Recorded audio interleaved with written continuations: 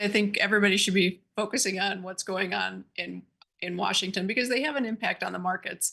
Uh, Probably more so than most of us want to admit. But in reality, we can't predict politicians any more than we can predict markets. So it's something that we're going to have to take day by day.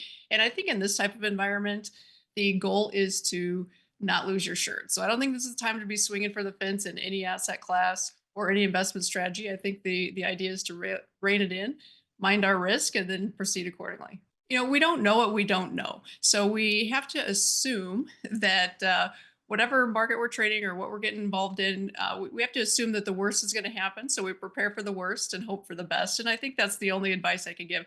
This is, we've never really been in this situation before. Obviously, this is Trump 2.0. In the first administration, there were some curveballs and some tariffs. We learned some lessons.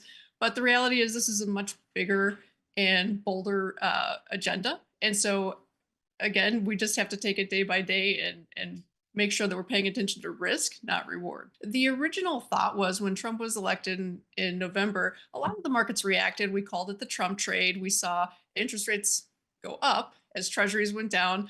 We saw a lot of commodities such as crude oil, natural gas, live cattle, even, and even some of the grains rallied because the idea was these tariffs were going to cause inflation. But as we're getting closer to the final innings of the tariff discussion, I think that a lot of markets have kind of come to the conclusion that maybe the tariffs might be deflationary, not because of what individual tariffs do to particular products, but because of the impact as a whole. I mean, it takes a lot of exuberance out of the speculative side of some of the risk assets, for example, stocks.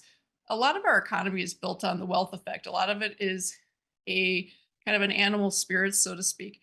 So when you see assets like stocks selling off pretty sharply, it makes people feel less poor. Whether they really are or not is a whole different question. But if you feel less poor, you spend less money, and it rolls its way through the economy and slows things down a little bit.